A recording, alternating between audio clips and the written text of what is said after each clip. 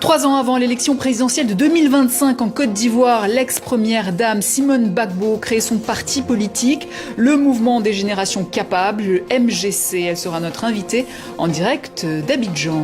On va donc retrouver Simone Gbagbo. Simone Gbagbo, on va revenir donc sur votre actualité. Je vous repose donc cette question. Est-ce que vous pouvez nous rappeler l'objectif principal de votre mouvement, le MGC? L'objectif du mouvement, ce n'est pas votre problème. Il a dit, la dernière fois qu'il a fait la vidéo, il a dit, les amis, ça tremble à l'Élysée, là. Vous comprenez, non? Voilà, maintenant, TV5 Monde est en train de faire vidéo, est en train de poser questions à notre maman, à notre docteur Simone Gbagbo. Il a dit, vous avez quel problème même? Vous avez quel problème même? Mais laissez la dame. Hein? RFI, TV5, tout ça là, France 24, tout ça là. Vous êtes sur la dame, pourquoi même? Donc, ça vous fait peur. Son élection, si jamais elle va se présenter en 2025, c'est ça qui vous fait peur. Je ne comprends pas cet acharnement sur la pauvre dame.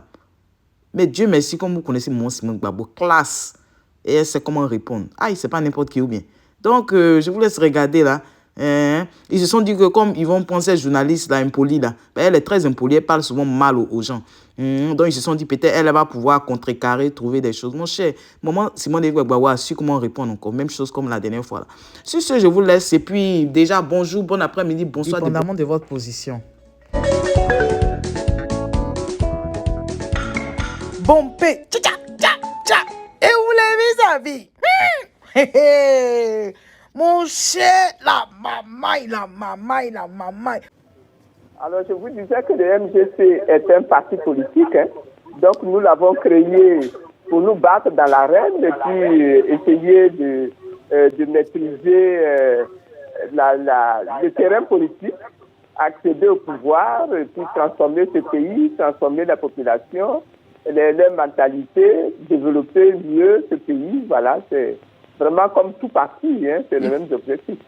D'ailleurs, lors de votre discours d'inauguration du parti, vous aviez pratiquement énuméré votre programme électoral sur le pouvoir d'achat, sur la réforme du système électoral, qui est finalement la suite logique de votre engagement politique de toujours. Donc, votre candidature pour la présidentielle de 2025 ne fait plus aucun doute, j'ai envie de dire, Simone Gbagbo.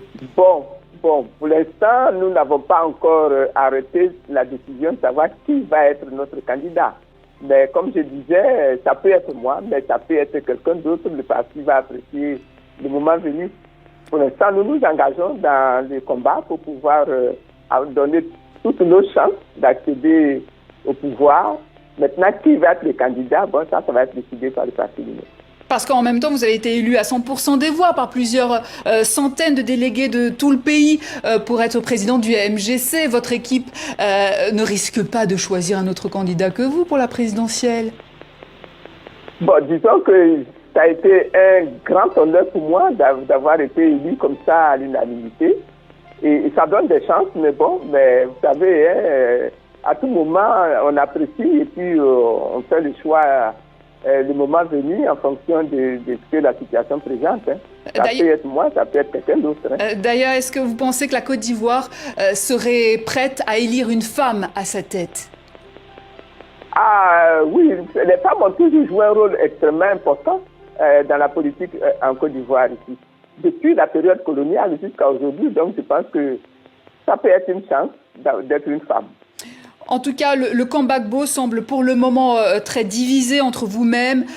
Laurent Gbagbo qui a créé de son côté son parti, le PPACI, il y a quelques mois, et Pascal Afine-Guessant, un camp qui a connu une longue traversée du désert en boycottant les élections pendant 10 ans, sauf Afine-Guessant. Est-ce que ce n'est pas offrir un boulevard au RHDP et à Alassane Ouattara? Je ne dirais pas ça. Parce que vous savez, avec la crise que la Côte d'Ivoire a connue aujourd'hui, tous les partis sont confrontés au même problème. Là, vous parlez des divisions qu'il y a au sein de la gauche, c'est vrai. Mais quand vous regardez au sein de la droite, nous avons des mêmes divisions. Hein, et donc, je pense que les chances sont données. Il faut beaucoup travailler, c'est vrai. Mais je pense que les chances sont données à tous. Donc une alliance est toujours possible, c'est ce que vous nous dites avec Laurent Gbagbo et Pascal Afine-Guessant? Ah ben, pourquoi pas. Vous savez, la question des alliances, c'est une question conjoncturelle. On peut décider de partir ensemble, on peut décider de partir séparément, ça dépend des analyses qu'on fait sur le temps et de ce que la situation offre. Moi, je n'exclus aucune alliance. Je n'exclus aucune alliance, surtout quand nous nous trouvons à l'intérieur de la gauche. Simone Gbagbo, présidente du MGC, merci de nous avoir accordé cet entretien sur TV5 Monde, quelque peu raccourci pour des problèmes de connexion. Et c'est ainsi que s'achève cette édition.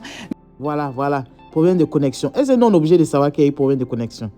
Les amis, moi je vous laisse. On se parle tout à l'heure. Rendez-vous demain au Trocadéro, les amis. Et oui, grande marche demain à Paris au Trocadéro, les amis, à partir de 13h30.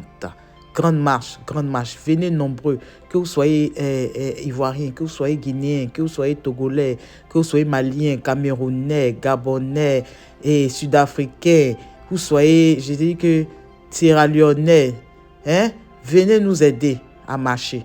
Pardonnez. On a besoin de vous. On a besoin de tous les panafricains, tous les Congolais. Venez. Nous avons besoin des Tchadiens, des Mauritaniens, des Sénégalais. Nous avons besoin de tout le monde. Venez, les Ghanéens même qui veulent venir. Tous ceux qui aiment la Côte d'Ivoire, venez marcher demain au Trocadéro pour demander la libération de Pulchérik Balé et de tous les autres prisonniers politiques. Il y aura également une grande manifestation à Washington, D.C. Ce sera un sitting devant la Maison Blanche. Venez nombreux demain également. Et du côté de New York, devant les Nations Unies, venez nombreux. Il y aura un sitting également du côté de New York demain. Donc, venez nombreux demain, habillés en rouge et blanc. Demain. Allez, à tout à l'heure, les amis. Et sur ce, je vous laisse. Que Dieu continue de vous bénir. Seulement, j'ai dit, c'est Dieu qui va régler ce problème-là. Si tu ne mérites pas un trône et que tu veux t'asseoir dessus forcé, c'est Dieu qui règle ce problème. Parce que le trône est sacré.